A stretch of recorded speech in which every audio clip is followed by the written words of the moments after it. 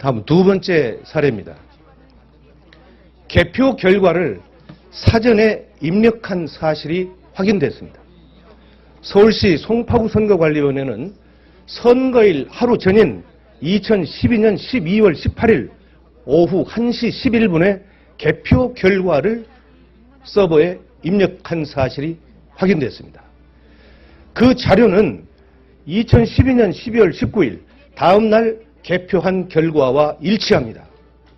어떻게 투표 하루 전날 입력한 개표 결과가 선거 당일날 투표 결과와 일치할 수 있는 것인지 이것은 도무지 납득할 수 없는 상황입니다.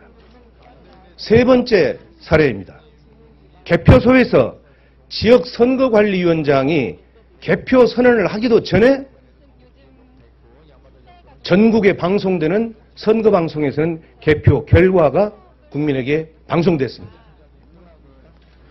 서울시 영등포구 대림3동 제7투표구 개표 상황을 보면 영등포구 선거관리위원장이 개표 결과를 공표한 시각이 12월 20일 0시 16분이었습니다. 그런데 중앙선거관리위원회가 언론사에 제공한 개표 결과의 제공 시각이 12월 19일 22시 35분이었습니다. 결과적으로 개표 개시 1시간 41분 전에 개표하기도 전에 중앙선거관리위원회에서는 언론사에 개표 결과를 통보함으로써 전 국민에게 개표가 개시되지도 않았는데 개표 결과를 발표하는 이런 조작의 사례가 나타났습니다. 바로 이런 사례가 지난해 9월 18일 날 제가 주관한 국회 토론회에서 김후영 목사는 전국의 252개 선거구에서 13,542개의 투표소가 있는데 이 개표소의 60% 이상이 이와 같이 개표 선언이 되기 전에 개표 결과가 방송되는 사례를 집계해서 그 결과를 국내에 발표한 사실이 있습니다. 바로 이것이 결국은 선거안위에서의 개표 조작이다. 이렇게 주장하고 있는 것입니다. 그 다음에 세 번째는 중앙선거관리위원회의 개표 조작이었습니다. 이것은 제가 몇 가지 사례를 들어서 말씀을 드리겠습니다. 첫째는 지역선거안위의 개표 자료와 중앙선거관리위원회의 개표 자료가 일치하지 않았습니다. 경기도 남양주 선거안위에는 119개의 투표소가 있습니다. 그러면 투표소가 119개이기 때문에 개표 결과도 119개로 개표 상황이 집계되어야 합니다. 그러나 남양주 선거안위에는 119개의 집계표가 있는 반면에 중앙선거관리위원회는 97개의 집계표밖에 없습니다. 이렇게 집계표가 다름에도 불구하고 공교롭게 개표 결과는 같습니다. 이와 같이 투표는 국민이 했는데 개표는 국가의 공권력에 의해서 참담하게 이룬되었고 국민의 의사와는 무관하게 국민을 속이고 특정 세력이 장기 집권 또는 영구 집권을 해체하는 수단으로 악용될 것이기 때문에 바로 저는 지난해 9월 달에 투표소에서 수개표하는 길만이 이런 부정을 막을 수 있는 근본적인 제도적 장치가 될 수 있다. 이렇게 봐서 국회에서 토론을 거쳐가지고 여기에서 모아지는 의견들을 집약해서 2014년 12월 30일 공직선거법 개정안을 공동 발의하기에 이르렀습니다. 중앙선거관리위원회에서요.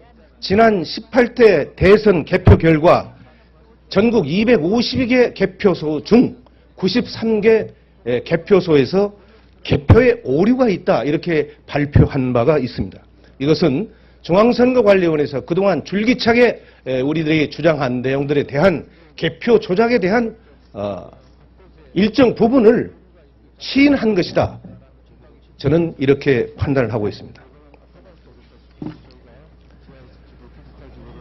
지난 12월 30일 날 공직선거법 개정안을 대표 발의했는데 그 이후에 나타나는 아주 회귀망측한 일이 하나 있었는데 이것을 말씀드리겠습니다. 어느 집단에서 의도적으로 그리고 계획적으로 이 투표소에서 수개표하는 법안에 대해서 반대 의견을 내놓았습니다. 이것은 국회 홈페이지 입법 예고 시스템에서 투표소에서 수개표하자라고 하는 법안을 국민에게 공지를 했는데 무려 2, 3일 만에 9,653건의 아주 집단적이고 동시적으로 반대 댓글을 올렸습니다. 이것은 국회 역사상 전무후무한 일입니다. 바로 이런 하나의 일련의 사태를 보면 개표 조작을 주도했던 세력이나 또는 그와 함께하는 장기 집권 세력들이 이런 일들을 하지 않았나 이런 생각을 갖습니다. 저는 국회 행정안전위원회에서 조속히 공직선거법 개정안을 심사해서 반드시 2016년 4월 13일에 개최되는 20대 총선부터는 투표소에서 수개표가 실현될 수 있도록 그래서 이 땅의 개표 조작과 개표 부정이 완전히 추방되기를 기원합니다. 투표로 반영된 민의를 권력자들이 조작해서 정권을 찬탈하는 일이 다시는 반복되지 않기를 소망합니다. 대부분 행정처장 계시죠? 네, 나와 있습니다. 네. 선거 관련 소송은 그 심리와 재판을 할 때 소송 제기일로부터 며칠 내에 다 하도록 되어 있습니까? 신급마다 심리 기간이 지정이 되어 있습니다. 대충 6개월 정도까지가 되어 있습니다. 그렇죠. 공직선거법 제225조에서는 180일 이내에 처리하여야 한다라고 규정하고 있습니다. 대통령 선거는 단심제죠? 그렇습니다. 그래서 대법원에서 담당을 하는 것이고 판결하면 끝이죠. 그렇게 되어 있습니다. 네. 2013년 1월 4일 날 제기한 사건 번호 2013-18 제18대 대통령 선거 무효 소송 현재 23개월이 지났는데 왜 심리하지 않습니까? 당초 제소됐을 때의 청구원인과 다른 청구원인이 추가가 됐습니다. 그 선거 부정과 관련된 청구원인이 추가됐는데 이것은 1심 형사재판이 계속 중이어서 그 재판 결과가 나와야 이쪽 재판을 진행할 수 있어서 선거사법은요 민사와 형사가 다르지 않습니까? 그런데 왜 민사소송을 형사소송과 병합해서 합니까? 병합하는 자, 민사소송에는 선거 무효소송이 있고 당선 무효소송이 있어요. 선거 무효소송은 대한민국 국민 누구나 다 할 수 있습니다. 당선 무효소송은 후보자만이 할 수 있는 거예요. 그런데 지난 대통령 선거 때 민주당의 문재인 후보가 당선 무효소송을 제기하지 않았기 때문에 이것은 지금 공소시효가 지나서 아무런 법적 효력이 없습니다. 다만 국민이 지금 민사소송으로 선거 무효소송을 제기했고 또 형사소송을 제기해 놓고 있어요. 그런데 대법원에서 지금 2년이 다 돼가는데도 이것을 심리조차 않고 있다는 것은 이건 대단히 정치적으로 지금 판단하고 있다. 이렇게 주장을 하는데 어떻게 생각하십니까? 추가된 청구원인이 국정원 선거 개입 문제가 제기가 되어 있습니다. 그런데 그 사건이 1심에서 최근에 형사 판결이 났기 때문에 이제 진행할 수 있는 단계가 되어서 심리 촉진을 하려고 하고 있는 것으로 알고 있습니다. 이제 진행하려고 합니까? 그게 형사 사건이 사실 확정이 돼야 이쪽 사건을 진행할 수 있는 연계 관계가 있어서 미뤄두고 있었던 것으로 이해하고 있습니다. 자, 보십시오. 분명히 말씀드리지만 이건 형사사건과 별개다. 자, 보세요. 18대 대통령 선거 무효 소송의 주요 내용이 무엇인지 아시죠? 제가 하나씩 읽어보겠습니다. 새누리당의 부정선거였습니다. 윤종훈 목사의 시발단 운영과 관련된 사건으로 징역 10년형 집행유예 2년형이 확정됐습니다. 윤종훈 시발단 주도했던 사람이 그리고 국가기관이 대선에 개입했어요. 국가정보원, 국방부, 사이버사령부, 기무사령부, 통계청, 경찰청 등등이 선거 개입했다라는 것은 국민이 다 알고 있는 사실입니다. 또 중앙선거관리위원회에서의 개표 조작이 있었어요. 이것은 국민적 의혹이 계속 증폭되고 있어요. 경기도 남양주 선관위 또는 서울시 송파 선관위를 비롯해서 전국적인 개표 부정 이 증거들이 전 투표구의 60% 이상 지금 나오고 있는 겁니다.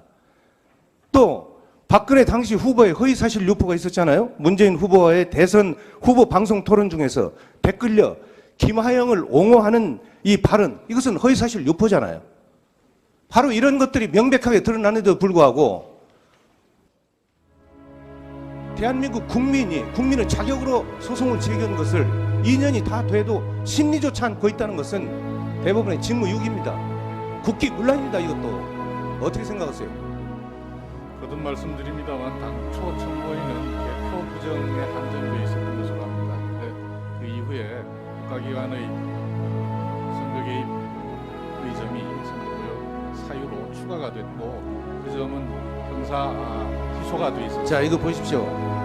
형사소송 한 건 또 있었어요. 2013년 5월 9일 이명박, 박근혜, 김무성, 김능환, 이정우 씨는 중앙선관위 상임위원입니다. 문상부 중앙선관위 사무총장이에요. 여기다 원세훈, 김용판, 김하영, 여기는 댓글료입니다. 이 9명을 형법 제87조 내란죄, 동법 제91조 국헌문란죄, 동법 제122조 직권남용죄, 동법 제123조 직무유기죄로 형사 고발해놨어요. 이것도 지금 전혀 심리를 않고 있어요. 이러면서도 지금 대부분이 지금 제대로 선거 사범에 대해서 심리하고 재판을 진행하려는 의지가 있다고 보십니까? 지금 아까 답변 중에 바로 이제 때가 됐으니 뭐 할 수 있겠다 이렇게 말씀하셨는데 언제 할 거예요? 이제 1심 판결이 났으니까 당해 재판부에서 기일을 지정해서 진행한다고 생각합니다. 그렇게 막연하게 답변하지 마시고 지금 현재 어떤 상황인데 언제 하겠다, 이 국회에서 분명히 한번 답변해 보세요. 당해 재판부에서 결정할 일이라서 제가 법원행정처장 입장에서 말씀드리면 단정하기 어렵습니다. 예, 역사는 이 모든 사실을 기억합니다. 기록합니다. 지금 이 고발인들을요 검찰에서 거꾸로 엮어가지고 지금 실형을 선고해서 현재 감옥에 있어요. 정당한 주장을 하는 국민들을 거꾸로 올개미를 씌워가지고 입을 막아버리기 위해서 지금 감옥에 넣었다 이런 얘기입니다. 우리 국민은 우매하지 않습니다. 지켜보겠습니다.